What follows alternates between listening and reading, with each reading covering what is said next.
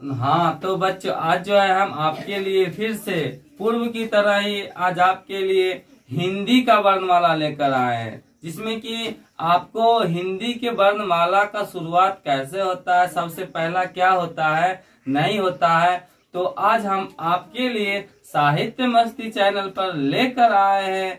तो आइए हम शुरू करते हैं। इसका सबसे पहला जो शुरुआत होता है वह होता है कि ध्वनि।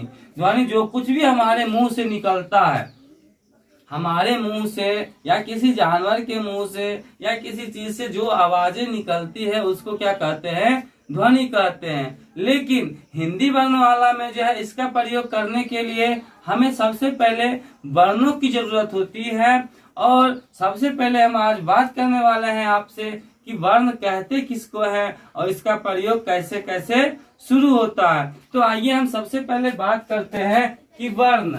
वर्ण यानी कि आप कह सकते हैं कि अल्फाबेट, यानी कि वर्ण, यानी कि इसकी सबसे पहले शुरुआती बात करते हैं। तो सबसे पहले है कि वर्ण। वर्ण उस मूल ध्वनि को कहते हैं मूल ध्वनि, यानी कि जिसको कि सबसे पहले शुरुआत होती है वही होता है उसका मूल ध्वनि, जिसको कि हम क्या कर सकते हैं, बदल नहीं सकते हैं, उसको कहते हैं मूल ध्वनि। यानी कि वर्ण उस मूल ध्वनि को कहते हैं जिसका खंड या टुकड़ा नहीं किया जाए। खंड या टुकड़ा मतलब कि उसको तोड़ा नहीं जा सके, यानी कि एक और एक यानी अलग अलग किया नहीं जा सके, उसको क्या कहेंगे, वर्ण कहेंगे। जैसे कि ओ को हम तोड़ नहीं सकते हैं, च को हम तोड़ नहीं सकते हैं। अगर ये पूरा च रहता, हलंत नहीं रहता, तो ये हो जाता चो, लेकिन ये च, यानी कि ये जो है प, यानी कि ये प है, प नहीं है। क्योंकि अगर ये हम प बोलते हैं तो प और ओ आ जाएगा, इसलिए क्या है प। यानी कि इसका जो है हम खंड या टुकड़ा नहीं कर सकते हैं, उसको हम क्या कहते हैं, वर्ण कहते हैं। यानी कि छोटी सी ध्वनि की छोटी इकाई क्या कहलाती है, वर्ण कहलाती है, जिसका कि हम खंड या टुकड़ा नहीं कर सकते हैं। अब बात आता है कि वर्णमाला। इससे पहले जो है ये स्टार के रूप में, यानी कि कहने का मतलब ये है कि ये एक बहुत इंपॉर्टेंट चीज होता है, महत्वपूर्ण चीज होता है कि वर्णमाला। वर्णमाला किसको कहते हैं, बात आती है कि वर्णमाला किसको कहते हैं। तो जानते हैं कि वर्णों के कर्मबद्ध समूह को वर्णमाला कहते हैं, यानी कि एक नहीं बहुत सारा वर्ण, यानी कि वर्णों यानी कि बहुत सारा वर्ण। और वर्णों के कर्मबद्ध, कर्मबद्ध का मतलब क्या होता है कि एक के बाद 2 3 4 5 ये हो गया कर्मबद्ध। या फिर जैसे कि हम लोग सीढ़ी पे चढ़ते हैं इस तरह से, इस तरह से, तो सबसे पहले इस पे पैर रखेंगे, फिर इस पे, फिर इस पे, फिर इस पे, फिर इस पे, फिर हम इस पे छत पे आ जाएंगे। तो ये हो गया कि कर्मबद्ध तरीके से, यानी कि जिस प्रकार से हम कह सकते हैं कि वर्णों के कर्मबद्ध समूह को वर्णमाला कहते हैं। जैसे कि ओ आ हर्षई दीर्घ हर्षौ दुर्गौ री ए आई ओ औ अंग अह क ख ग घ, यानी कि इस तरह से जो है लगातार ज्यों तक, यानी कि एक के बाद एक, ये नहीं कि उल्टा पुल्टा, जैसे कि च हो गया उसके बाद प हो गया उसके बाद ख हो गया, ये नहीं।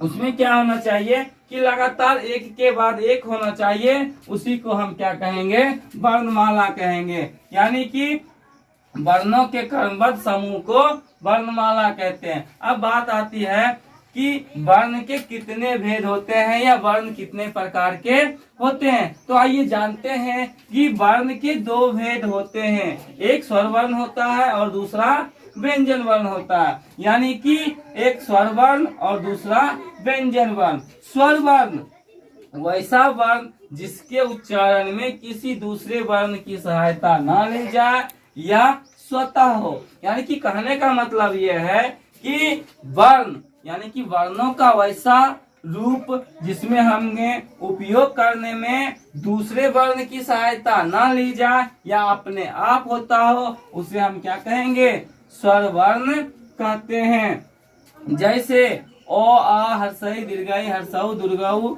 री ए आई ओ औ, यानी कि इन वर्णों के उच्चारण में जो है हमें दूसरे वर्ण की सहायता न ली जाती है, उसे क्या कहते हैं, स्वर वर्ण कहते हैं। या जिसका उच्चारण स्वतः या अपने आप हो, उसे क्या कहेंगे, स्वर वर्ण कहते हैं। अब स्वर वर्ण के बाद आ जाता है फिर मात्रा।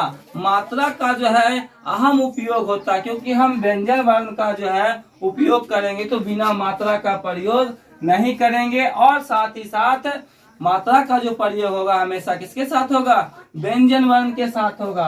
तो आइए हम बात करते हैं कि मात्रा। मात्रा कहते हैं किसको है? जिसका प्रयोग व्यंजन वर्ण के साथ होता है उसे मात्रा कहते हैं। यानी कि हमेशा इसका प्रयोग जो है हम स्वर वर्ण के साथ नहीं कर सकते हैं, क्योंकि हम पहले से ही जानते हैं कि स्वर वर्ण जो है वह अपने आप उच्चारित होता है, उसे किसी की जरूरत नहीं पड़ती है। तो आज बात करते हैं कि मात्रा जिसका प्रयोग व्यंजन वर्ण के साथ होता है उसे मात्रा कहते हैं। अब मात्रा में होता क्या क्या है? जैसे आकर, हर्षीकर, दीर्घीकर, हर्षुकर, दुर्घुकर, रीकर, एकर, ऐकर, ओकर, औकर, अंसर, विसर्ग, रेफ।